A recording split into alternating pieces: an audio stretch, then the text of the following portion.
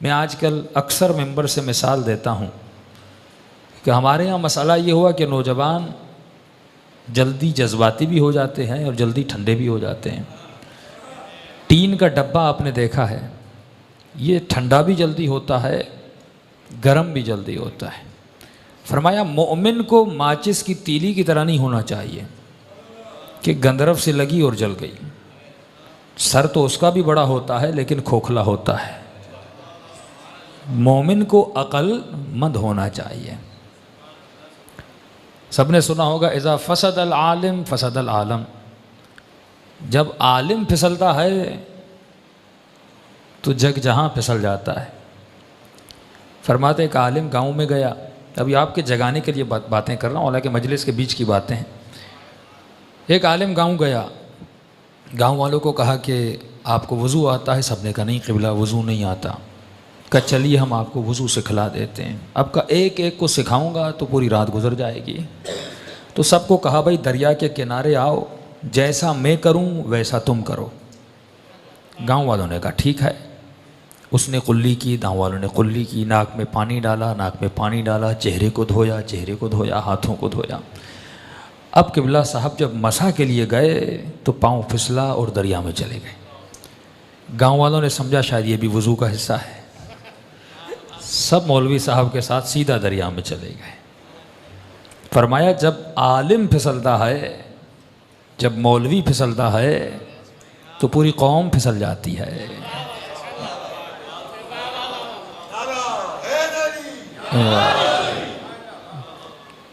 तो अगर घर का बड़ा फिसल जाए, अगर जो वालिद है वो फिसल जाए तो यकीनन बच्चा भी फिसल जाएगा। तो ये जो तरबियत और फ़िक्र का आगाज़ है, फरमाया अपने घर से शुरुआत करो कि जब बाप नमाज नहीं पढ़ेगा तो बेटा कैसे पढ़ेगा, जब बाप अमल नहीं करेगा तो बेटा अमल कैसे करेगा। उलमा फरमाते हैं आपके वजूद में खुदा ने 3 चीज़ें रखी हैं। करबला करबला तो कहते रहो लेकिन पहले करबला को समझो। करबला में 3 चीज़ें हैं, उसके अलावा कुछ नहीं। एक है मारिफत, दूसरा है अकीदा, तीसरा है अमल। वहाँ पर मारिफत भी थी, सही मारिफत, अकीदा भी था, सही अकीदा, अमल भी था, सही अमल। हम शायद मारिफत तो रखें इस माना में कि अहले बैत से मोहब्बत बड़ी है कि हर साल मुझे करबला जाना है, हर साल मुझे उम्र पे जाना है, ये मोहब्बत का तकाजा है कि मैं जा रहा हूँ। लेकिन उस मोहब्बत के साथ अकीदा भी सही होना चाहिए। अगर अकीदा गलत तो मारिफत किसी काम की नहीं। और उस अकीदे के साथ अमल भी होना चाहिए। और खुदा ने आपके जिस्म को भी 3 कैटेगरियों में डाला।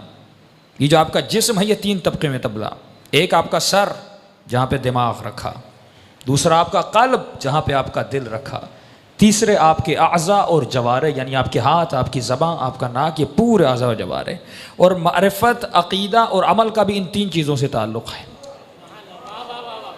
मारिफत का ताल्लुक़ है दिमाग से, अकीदे का ताल्लुक़ है कल्ब से, अमल का ताल्लुक़ है आज़ा और जवारे से।